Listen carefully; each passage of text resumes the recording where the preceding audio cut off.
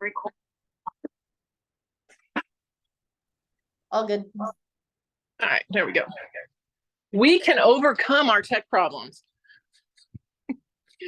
All right, so as you can see here, here's what we're going to try to accomplish in an hour. So I do want to make sure we all get to know each other a little bit. So that's what we're going to do first. I have lots of people on the call, which is a great thing. So we can't really spend a lot of time with everybody, but we definitely want to know what your name is, what team you're on, or what team you work for, or coach, or maybe multiple teams. Sorry about the echo again. And then, and also what level you coach. I think that'll be interesting, or have coached in your career. Then we are going to move on to these. These are the three overarching questions that we're going to ask, and Errol's going to help us record answers as we go, but we'll do each one at a time and brainstorm. But so I just wanted to let you see them ahead of time so that you know what's coming. If you have specific ideas, we'll get to that section, but kind of the first thing we want to do is kind of lay out what are the issues, and then move the conversation to, so what should we do about it, and what can ASCA do about it? And then, and then we'll wrap up and close and talk about what our next steps are.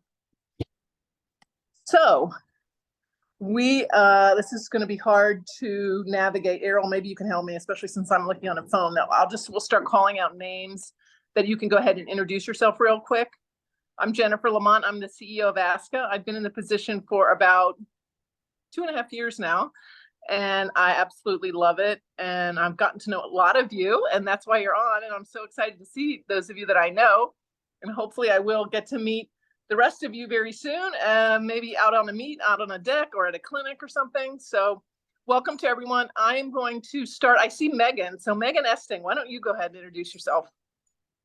Hey everybody, I'm Megan Esting, and I couldn't get my audio on my computer to work, so I take after Jen. So that's why I'm wearing the Mickey Mouse ears. I'm currently the head coach of the Ben Swim Club.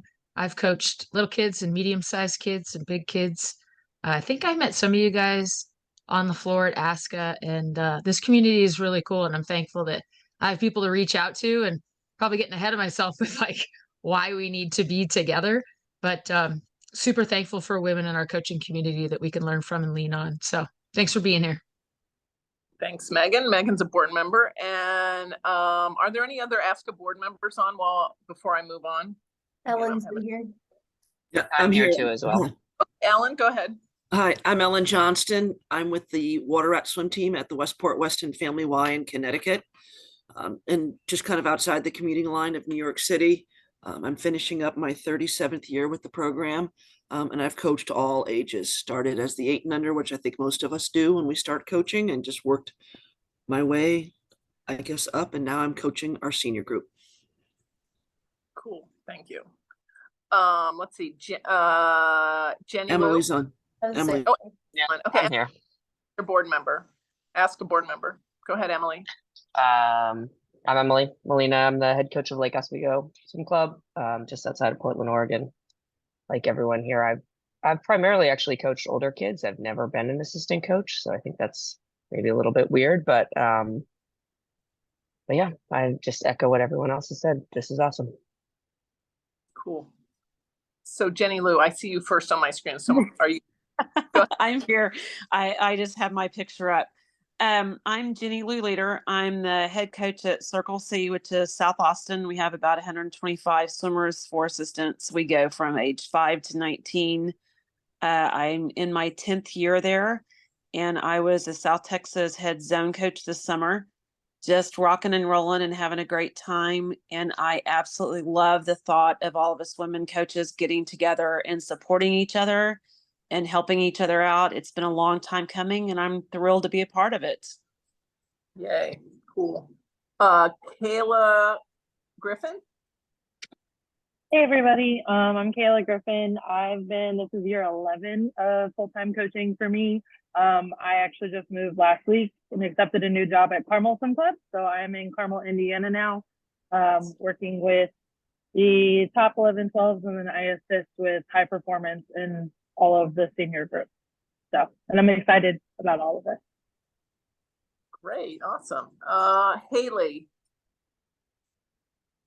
Hi, my name is Haley. I'm the associate head coach for the Piranha Swim Club in Minneapolis, Minnesota. And I have been coaching for almost 8 years now. Mostly do age group and above. I do our senior group now. Okay. Amy. Sarabalis.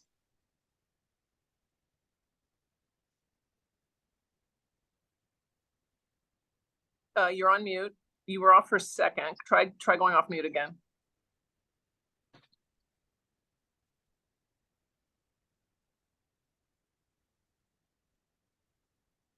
There you go. You're off. Okay. There you Hi, go. Amy Sarabellis. I'm in Columbus, Ohio. I have been a head coach now for 7 weeks.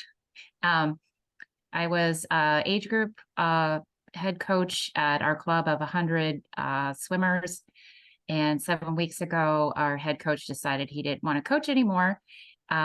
So my learning curve is 90 degrees. I'm a former college swimmer.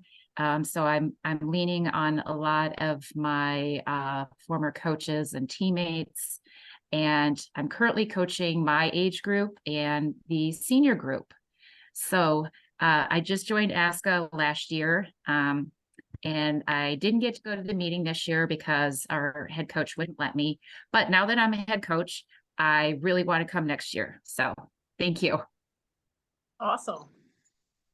Let's see, Amanda.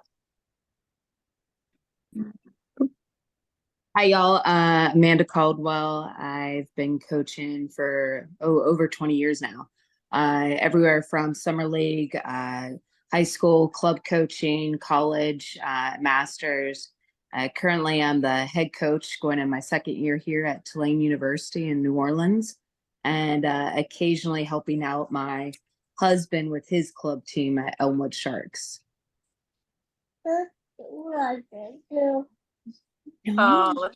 Emily Daniels.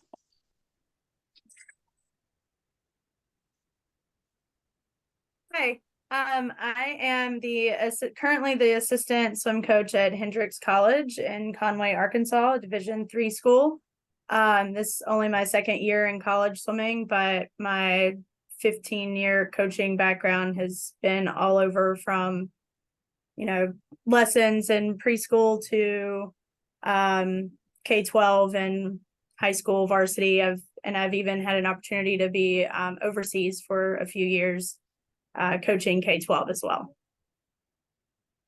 Cool. Do we have an odd screen share going on here? Yeah, Monica, it looks like you shared your screen. Well, I'm Monica Sloter, Dr. Sloter, out of Calgary, Alberta, Canada. And I guess I'm going to be the dinosaurs in this group because I've been coaching over 60 years. I am very active. I was active for Title IX at Arizona State when I was coaching artistic gymnastics and athletics, and was recruited to Calgary, where I taught and coached. And first in gymnastics, which was cut for funding, and then assistant coach with Eric Snelling with Mark Tewksbury, our gold medalist in 1992.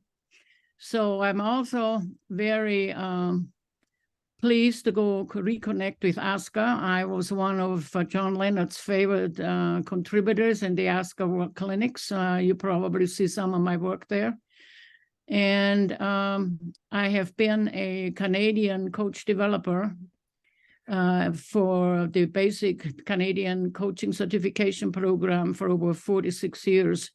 So I have a lot of experience. And the reason I joined, because my website, www.coachingbest.com, did a 5-series on transgender and women's sports. Of course, as a former fighter at Arizona State, I am really trying to get into what we can do to make coaching basically safe, because in our program at the NCCP, the number one code is the safety of the athletes in training environment, and competition.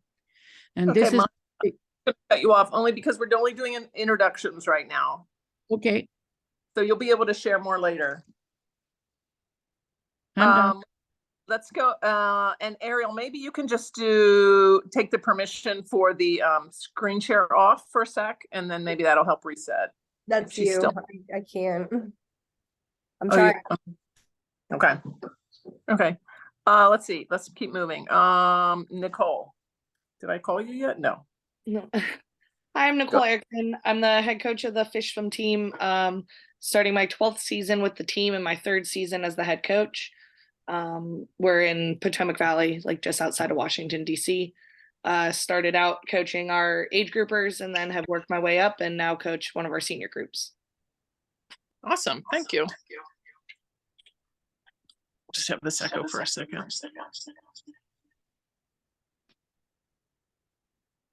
There we go. There we go.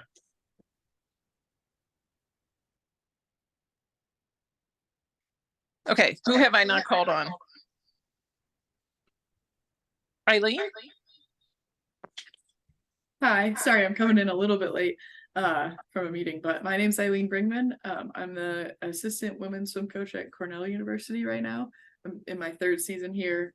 Before that, I was a head age group coach and then head club coach for 10 years at a team outside of Cleveland, Ohio. Awesome. Welcome. Hi. Yeah, go ahead, Meredith. Hi, I don't know if my video is showing or not. It is. My name's Meredith. I live in Hawaii. I love coaching open water.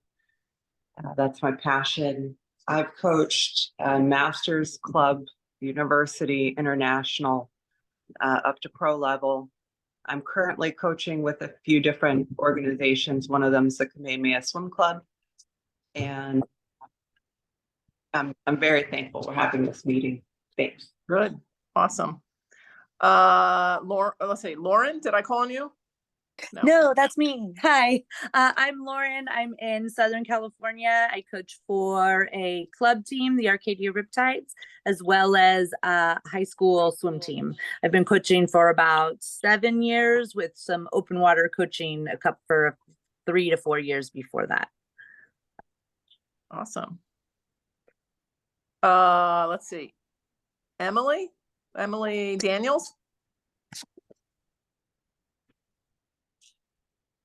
I've already been. Oh, you've already been. Okay. So, Tatiana.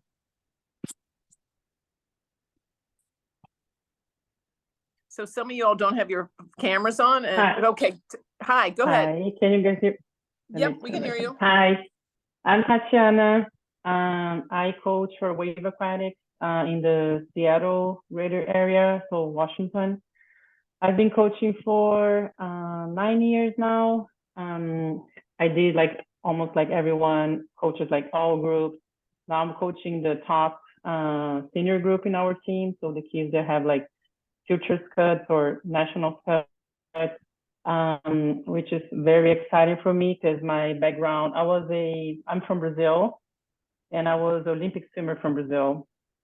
So I represented Brazil in 2004 and 2008 Olympics. So coaching the more like performance groups, it's what I like to do. So, but I'm happy to be at this meeting. Yeah. Good. Thank you. Welcome. Marika. Hi everyone. Sorry, I had to turn the video off because I'm in a shared office. But I am the head coach at the Tucson J Stingray swim team. I've been with this team for about 2 years, and then I've been assistant coach in different places before that, just kind of all around the US. But I work with kids of all levels. So we're a small team, but I get all the kids with me at some point during the week. So it's a fun job. And how long have you been coaching? Probably in total over 5-6 years. Okay. Cool. Cindy. Doreen. Hi, so bear with me. I'm actually coming back from Colorado Springs on a training trip. And we're deplaning right now. That's awesome. So I'm Cindy Woods. I am the head coach at Park Chapel Killer Whales. I coach our senior group, a 10 under group, and actually our pre-competitive group. We have a little over 200 kids. I've been coaching for over 20 years and yeah, really enjoy it. Cool. Thanks. Thanks for being here. Diana? You turned your camera off. So you tick the box that turns your camera off. That's How do I do it? Okay, am I the only one that can mute? Oh, let me go back to the computer. Sorry, Diana, go ahead. Oh, it's okay. I'm Diana. I grew up in Connecticut swimming. I'm a big Ellen Johnston fan. But now I'm in New York City with Agua. This is my 7th year with them, and I started as the lead 10 and under coach assisting our national group. And now I'm the lead coach of a senior group. So I'm the senior development coach now, which is the main feeder group into our top national group. Very cool. Way to go, Diana. Yeah. Thank you. Edie. Hi, everyone. I'm Edie Dean. I live in Central Illinois. I've been coaching for 18 years. I'm head coach for the Stingray swim team, as well as the head coach for the girls swim team at a Catholic private school here in town. I coach developmental age group, senior, as well as the high school level. Awesome. Thank you. Okay, help me out. Who did I not call on? I could go. Go ahead. Hi, I'm Emma. I'm going on my 8th year of coaching, and I currently work for the Wilton Y Wahoos in Connecticut. I'm also an Ellen Johnston fan. I currently coach all groups from the 8 and under group to masters. I went to the USA Swimming Women's Leadership Summit a couple years ago, and I loved it. But I feel like there was a lot more we could have gotten into, and I wish there was more follow-up. So I'm super excited to be here because it seems like we're going to be getting all of that. And yeah, super excited to be a part of all of this. That's awesome. Okay, good. Anybody else that wants to introduce themselves that I did not call on yet? Anusha? Yeah, hi, I'm Anusha, and I've recently moved to the US, and I'm the assistant coach with the Richfield Aquatic Club in Connecticut, and actually just started with everything. I'm basically from India, so my whole career background and everything, my swimming, everything's from Indian background as such. So yeah. All right. That's it as well. No. Yep. Welcome. I'm excited with this. Right. Thank you. Yeah, I mean, is there anyone else before we move on that wants to introduce themselves or that I missed? Okay, so I think it's exciting to hear how many women we have on here who are from all over the country, all levels of experience, it seems like all levels of swimmers that you coach, all levels of experience. So this is going to be exciting. You know, I just want to preface by saying ASCA has done a few things in the last couple of years to try to support women. And I really wanted to call this meeting to kind of take us to the next level. I don't know, some of you I recognize have been in our leadership workshops that we've done connected. I think we've done probably 4 or 5 of them connected to some of our clinics, which were like anywhere from all day to some of them were shorter, like 2 hours to all day workshops. So that's one way that we can, you know, we can expand upon or repeat. I'm really here to hear your ideas on what you liked or what you know about or what your ideas are on what we can do. That's one thing. Another thing that we just did recently, which was actually Megan Esting's idea, out at Irvine at juniors, we just sent around little pieces of paper inviting female coaches. I just went around and handed them to every female I could find on deck. And Ellen and and Megan did too. And we just met during warm-ups. So from 7 to, I think some warm-ups were 7 to 9. And so we sat in the hospitality, and any women coaches who wanted to stop by and chat with us, we invited them to do so, come and go as you needed to go warm up your kids. And we had some great conversations. And I feel like that was another way that was potentially like we could continue doing that. But at this point, I'm going to open it up to our first question, which Errol, could you throw that back on the screen for a sec? Our first question is, what are the issues facing female swimming coaches? So there we go. She's going to just kind of record as we go. But if you all could just, for a few minutes now, we'll spend about 5 or 10 minutes doing this one, and then we'll move into the other questions. But let's start just brainstorming on what are the issues that female coaches are facing in the sport of swimming.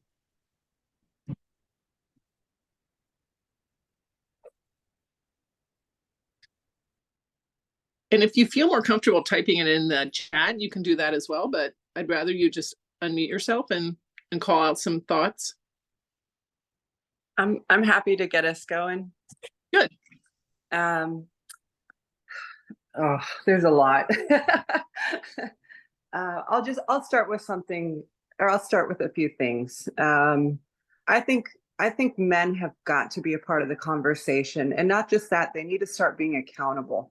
I am really tired of not being interviewed or basically being shut out because somebody wants to hire their 20-something-year-old friend. I think that's a rampant problem for women over 40, is that we're letting male coaches hire underqualified people because, I don't know, because it's okay, because that's the way it's been done. And I don't think it's fine. And it could very well add on that. I think it could very well be that it's because it's people in their network. And so if there's mostly men in the network, then that's who they turn to. So I think very valid and good thought. I have 2 other points. Another point is the system itself is broken. And we can look at that by looking at the amount of female Olympic coaches we've had in 100 years. We've had, what, 2? The system doesn't work. Just perpetuate, okay, the system of you have to be a head coach and your swimmer has to have made this team and that. It is never going to progress women's coaching. It never is. It's going to take another 100 years to get a handful more. And so I don't understand why that's not just scrapped. And then the last point that I would want to make is, again, with getting men in the fold, I love men. I want them to support us and champion us, but we need to start calling out, and I'm sorry if I'm more on the college side, but we need to call out college coaches that don't have women on staff. How is it 2023 and you don't have 1 woman on staff, or you only have 1 woman out of 6 or out of 8? I don't think that's acceptable. Yeah. Thanks. Good feedback. Thank you. Who else wants to jump in? Jennifer, this is Jenny Lou. I would like to jump in. Sure. What I've noticed, this is my 10th year at Circle C, but I've coached for 30 years, 20 years here, there, and everywhere, but it concentrated a lot with George Block in San Antonio. And what I've noticed is that even when the women coaches have done well and their swimmers have gone on to the higher levels, they don't seem to get the same accolades and coverage with SwimSwam and the press and the different entities that the male coaches get. I battle on my deck all the time when we have kids that come for tryouts. They walk over to one of my male coaches and ask them if they're Coach Jenny Lou, and I'm like, that's a girl's name. But they go link automatically to the men. So I think that there's an attitude and a community that we need to be proactive and start trying to make some changes by just putting more press out and more things online that highlight the women coaches and their accolades. I don't feel like we're getting the even coverage on that.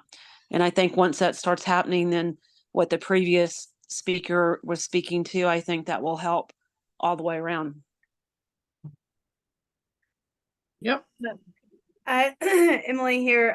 I think just a lack of understanding and respect and a appreciation for mental health and a balance and just work-life balance and how all of that plays a part in our performance and their approach to all of those things. If you're working under a male coach that doesn't appreciate or understand the importance of balance and taking care of yourself, and mental health is just as important as physical, then it makes it a little bit harder to take care of that and to do those things well. Yep. Good point. Good point. Hey, this is Haley. I want to echo kind of what Meredith was saying and kind of go a little bit further. I'm in a USA Swimming women's group, and there was a lot of emphasis put on how nationally it's coaches are split 50% women, 50% men, which is great to hear. But there's no real breakdown about how many of that 50% of women are actually in high leadership positions and are being recognized at the USA level, at the national, international level. And if you're not in like a giant swim club or like super prestigious swim club, like what opportunities do you have to, move up and be part of networks that can get you to a higher level? I was just in a group where I had 3 male coaches talking about how they don't know how they fell into some really high leadership positions, and they don't know how they did something with no skills. And it's because they have networks, and it's because they naturally have respect. And I think that, this is a great start with ASCA doing this group like this, to have these networks and have women start to recognize one another as being high performers and being interested. And maybe one day we can just accidentally fall into leading the steering committee for USA Swimming. But, without an HR, like we don't have an HR apparatus at our LSC level, at our club level a lot of the time, right? There's going to be a lot of sexism in hiring, interviewing, performance reviews, if your club even has one, if your LLC even has one. So creating our own group and mentorship, opportunities and networks for each other on a national level, I think is really important to getting us some of those positions that men just accidentally walk into. Good stuff. Yeah. I think I'll just jump on that really quickly. I like totally agree with everything in here, that I think, representation matters a lot. And I think that snowballs. But just kind of what Haley was just talking about is like a lack of oversight when it comes to these types of situations. I'm sure we've all faced various degrees of, I don't know, mansplaining or whatever you want to call it, or just, kind of a degrading nature. This past summer, I was, because of a lot of luck and circumstance, I was able to be part of a national staff, or the World University Games staff. And there were 4 women on there, which is the largest amount of women on any US national staff ever. And that we were still 4 out of 10 coaches there. And then just looking around on deck internationally, there was probably like 4 other women.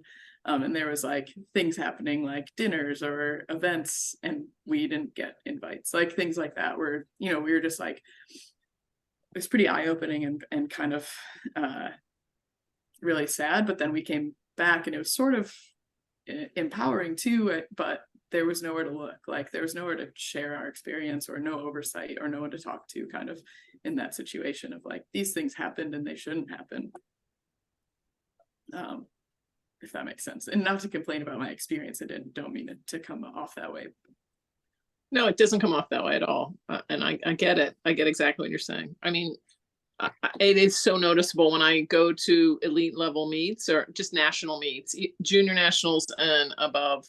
It's shocking how few women are on deck, especially knowing that it's 50-50, like that there's at least 50% of women, in USA Swimming coaching. And then when you somehow get to these meets, somehow it drops off. And that's a lot of what I want us to work on. But that is one issue, but then like you all are raising, there's so many others just within what you're doing, how you're getting respect and the networks that we're going to be able to build and how important that is. Who else has anything else? Any more before we move on to the next question? Yes, I would like to, let me turn my camera again. So one thing that I noticed is that, so the difference of standards for how women will react to a situation and then how a man would react to a situation. So for example, I don't know if like you were too hard with a kid, for the man coach is like, oh yeah, they need to be tough. And if it's for the woman, you were a bitch. You're not like, why is she doing this? Why is she being mean? So I think there's like this difference of standards, like, right? Like, so men can do a bunch of the things and get away with it. And then when the woman will do the same, it's a totally different standard. So I think this is one thing that is very concerning, because it's like there is no standard actually. There is like this side and that side. And I think that's terrible for everyone. It's terrible for the swimmers, especially the swimmers. So they are expecting the male coaches to react in a way and the female coaches to react in another way. So what kind of message we're sending to those kids, right? And then these kids will grow and they will become teenagers and women and men. And what example we are passing to them. Like, so I think this is one thing. The other thing I really like, someone mentioned about mentoring. I think this is something that we don't see. And I think it can be very important, and it can help a lot of the women to, I don't know how, but create like a mentoring program from people on the same state, or I don't know, LSDs, or I don't know how, but I think mentoring is another thing. And yeah, I think that's it. Good ideas, good thoughts.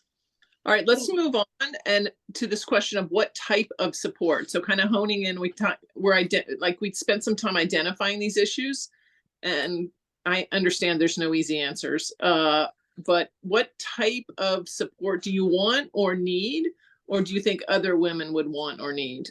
I heard networking and mentoring already, so we can put that up for sure. What else? Who else wants to contribute to that one? So I don't know how this would be put into place, but having kind of like a toolbox of how to react when people are obviously like showing their own bias, whether it's like kids, other coaches, parents, like trying to redirect that conversation in a different way to, I don't know, not really change their perceptions. Like that would be ideal, but that's a great idea. Yeah, because there are tips and tricks and there are experts out there who make a living on that kind of stuff, on gender equity and how to deal with bias. So yeah, great idea. What else? What other things do you guys think that you as female coaches would want or need that would help with some of these issues? Well, I before somebody mentioned that mentoring and the networking, that was my idea, but I think I would like to see it on a national basis, whereby experienced coaches like myself would also be the resource for those younger coaches. I see on Facebook the coaching experiences of younger people are asking, how do I do this? How do I do that? And some of us in the academia in coaching sciences would be willing to be a master mentor, if you want to give it that name, and take some of these younger development coaches at age 19, 20, 21, and whatever, under their wings to bring them along. And I think ASCA could do a fantastic job, and also sharing topics, like we could have the topic of the month and then have a sort of a seminar online where we share ideas and how could we solve it, so that we create a very positive environment in coaching for both the coach and the swimmers. Great idea. Great idea. I think not to harp on the HR and all of that, but I think creating, on ASCA's level, some sort of thinking about a toolbox, like hiring, interviewing, performance report, some of those like HR documents that clubs or LSCs could use, because I think a lot of that really helps contribute to some level of equity, or even just like reporting in the workplace that we don't have. Clubs don't work like regular nonprofits a lot of the time, but creating some of that more formal process stuff for coaches to just grab and use, I think could be a great step. And I would add to that, maybe it would be nice if we could have a free legal anonymous resource.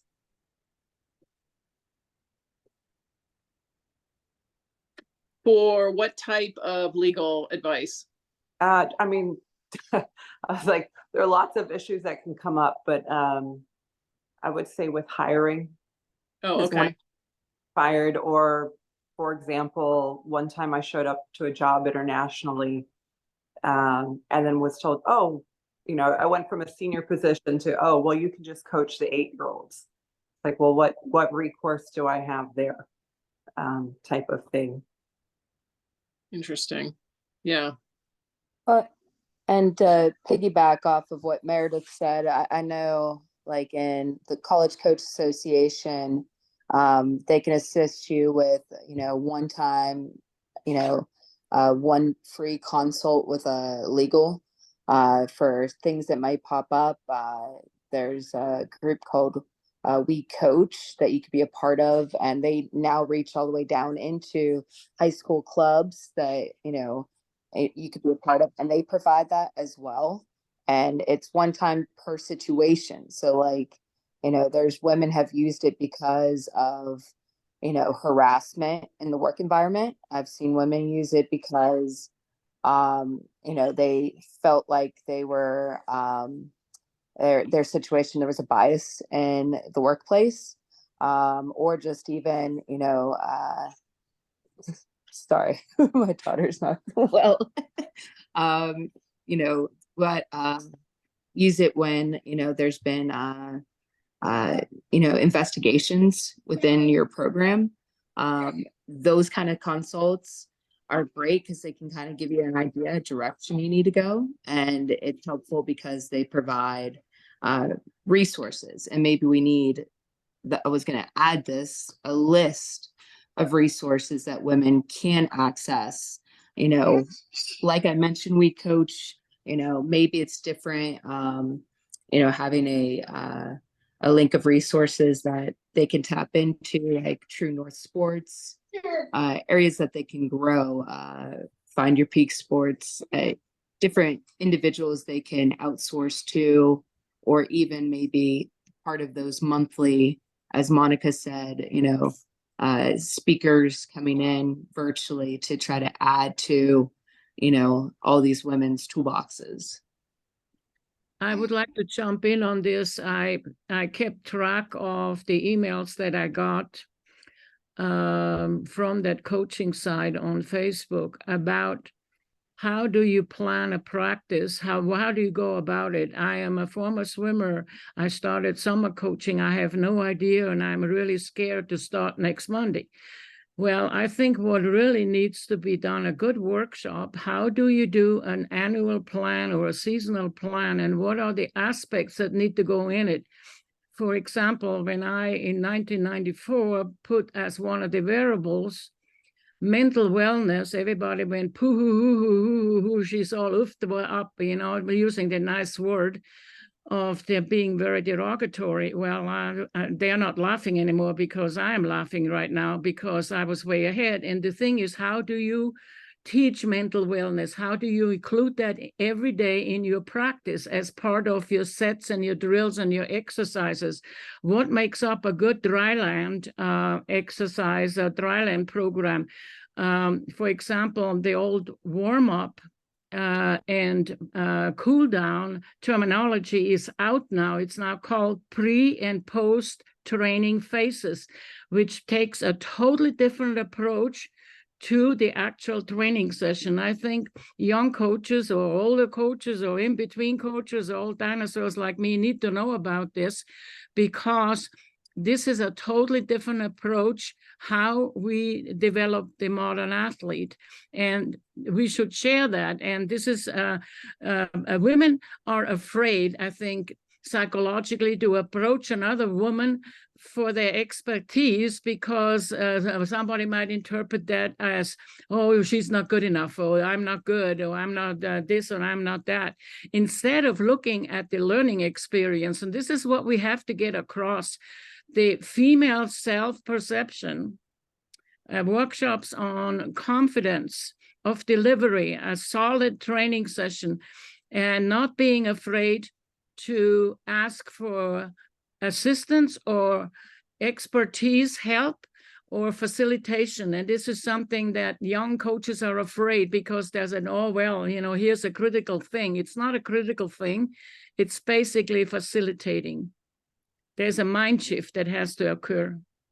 Yeah, no, those are all very good points. And as far as the like seasonal planning or anything that's specific to coaching or dry land, there are a lot of those resources on the ASCA website, and we update them all the time. And we do 2 webinars a month, and our certification courses have been completely revamped. So I'm just going to put in that plug now for, if you have not looked at the ASCA website lately and really just clicked through everything that's there, you'd probably be really surprised to see how many great updated resources are there for all kinds of issues related to anything you could need as a coach related to training and workouts and dry land, and plus hundreds of talks from years gone by from World Clinic. So anyway, lots of stuff there, and check it out.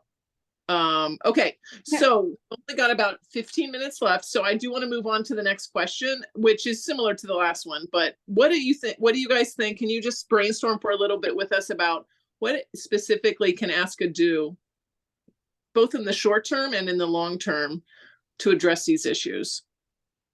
So I'm actually a part of like the ASCA mentorship program this year, and I've found that to be extremely beneficial. And there's been a lot of conversation in this and the Women in Governance program about networking. And I think like a female coaches mentorship program would be greatly beneficial.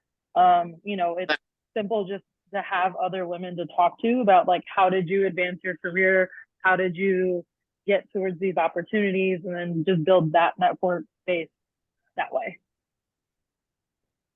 Yeah, for those of you who aren't familiar, we actually modeled our mentor program off of the CSCA and the We Coach. We all kind of do the same concept. It's 3 people in a group who are newer experience, middle experience, and more experience, and they're all 3 together, meet monthly on Zoom. And I think, Kayla, you're exactly right. I think for those people who want to be with women only to talk about these issues we're talking about today, I mean, obviously you would have your choice. Like I'm sure you're in a group with other with men and women as well. I don't know. But if female coaches wanted to be in the same group with other females, we could make that happen. And it could probably be really successful. So yeah, what else? Anybody other ideas? I think more articles need to be written on female coaches, whether they want to be interviewed or not. Like Terry McKeever was, for me, the gold standard forever. And she just didn't give out a lot publicly, but I think a lot of us really wanted it badly.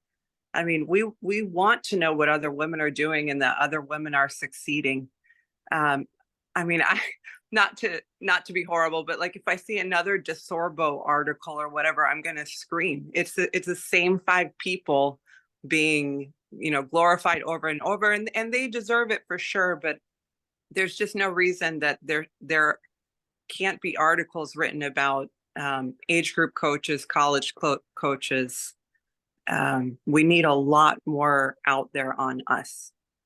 So I couldn't agree more. And here's the challenge for all of you that I'm going to put out there. Send us information on whether it's you or somebody a female coach, because it's really you out in the field, out there across the country that we depend on to let us know. Like you say, like there's the coaches that are the most well known are the ones that have Olympic level athletes, and it's harder to get to know who are the female coaches who are really doing an amazing job, but they're just doing it in their little niche, and we wouldn't necessarily know about it unless you all tell us about it.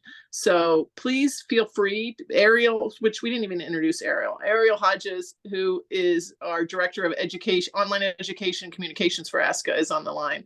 And either one of us, we are constantly reaching out, trying to find more women coaches that we can highlight. And it's not easy for the very reasons we're talking about. Like the stories don't bubble up to the top. They aren't the obvious ones. So help us find those stories for us and those coaches to interview. We'd be happy to do it. Okay, what else?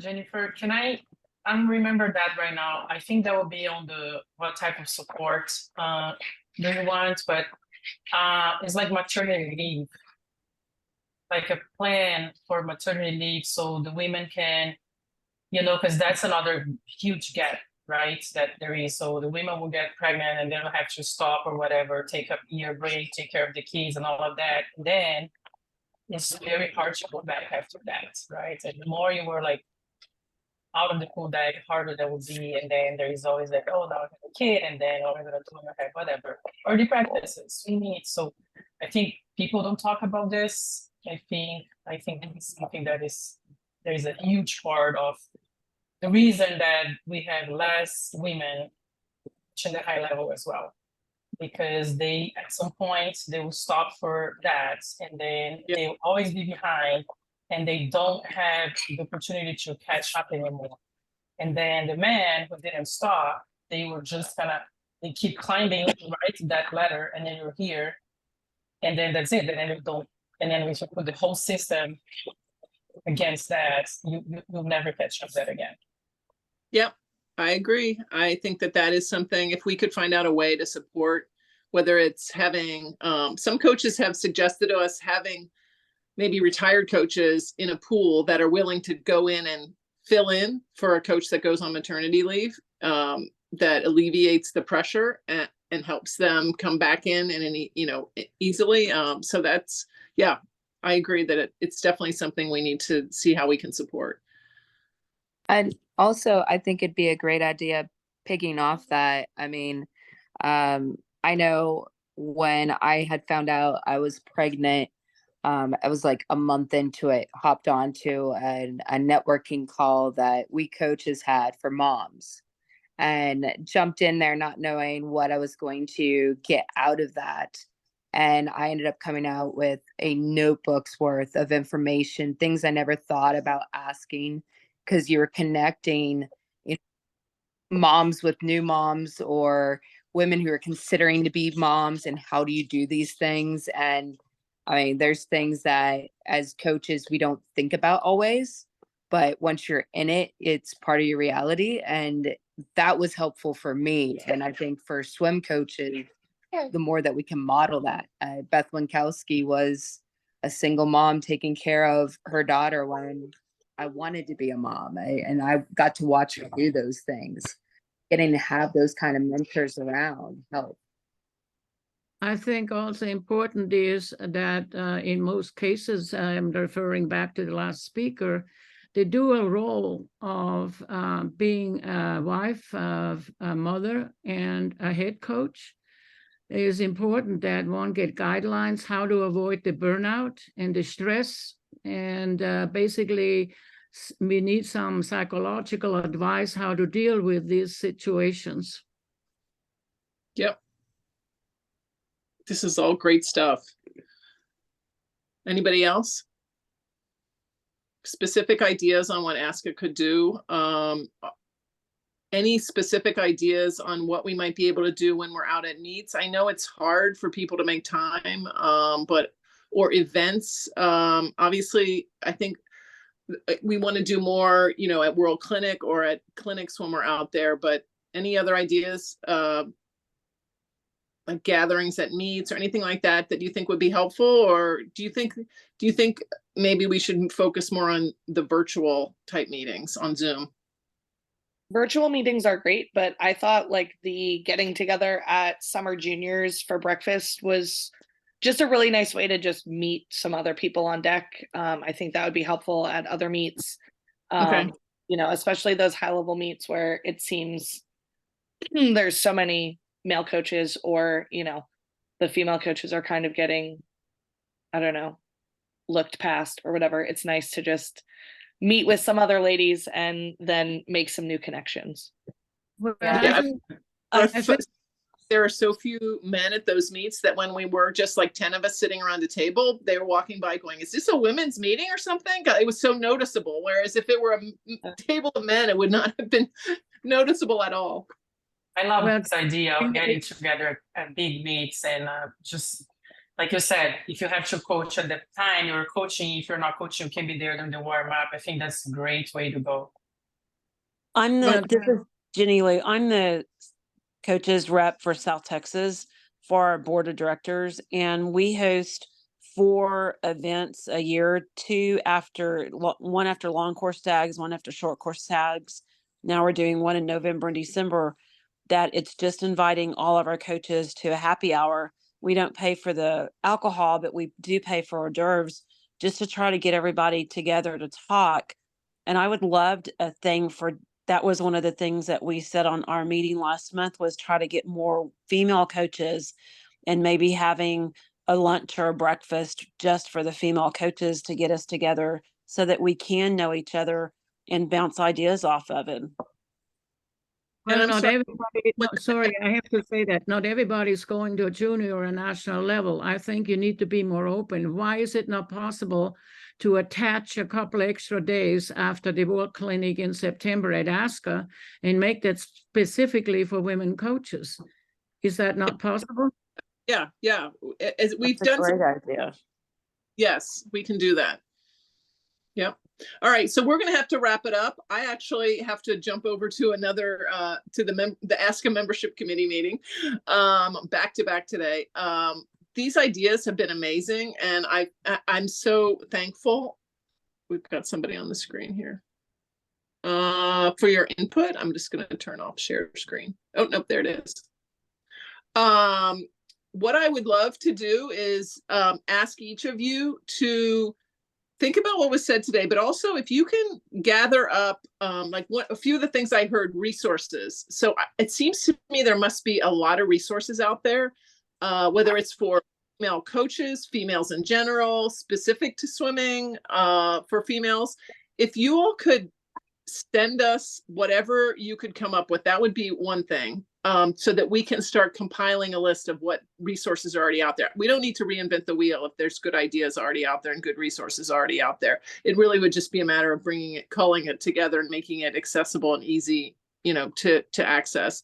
That would be one thing. And then any other ideas that you come up with, please email me, because I'm serious about wanting to really put some programs in place, and I want to make sure they're relevant. So what I would love to do is meet again in a month. Have all of you send in, resources, ideas. We'll try to, come up with, put them in a format where we can share them, and then we'll meet again and we'll go over them, and we can kind of hone in on what makes the most sense and what would be the most helpful. And I would love to get your input on all that. So I'm proposing December. I had a date here. Let me see what I had. Does December 19th work for the majority of you? If we do it at the same time, let's say 1 p.m.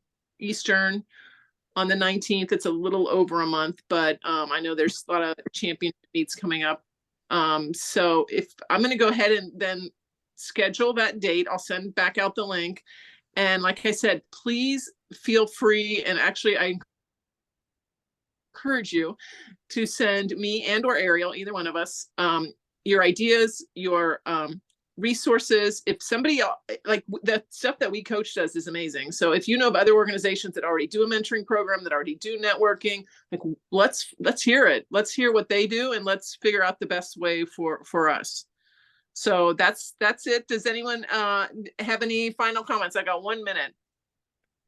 You guys, did you appreciate this? I mean, was this helpful at all? Yes. That was Okay, good. Okay, good. I'm so glad. We have 30 people on this call. This is amazing. This is really cool. So we will definitely continue to do this, and we will stay in touch, and we'll figure out ways that all of us can communicate better as well. This is just the beginning. So thank you all very much for being on, and I will hopefully see you next month, and I'll hear from you in the meantime. Thank you, Jennifer.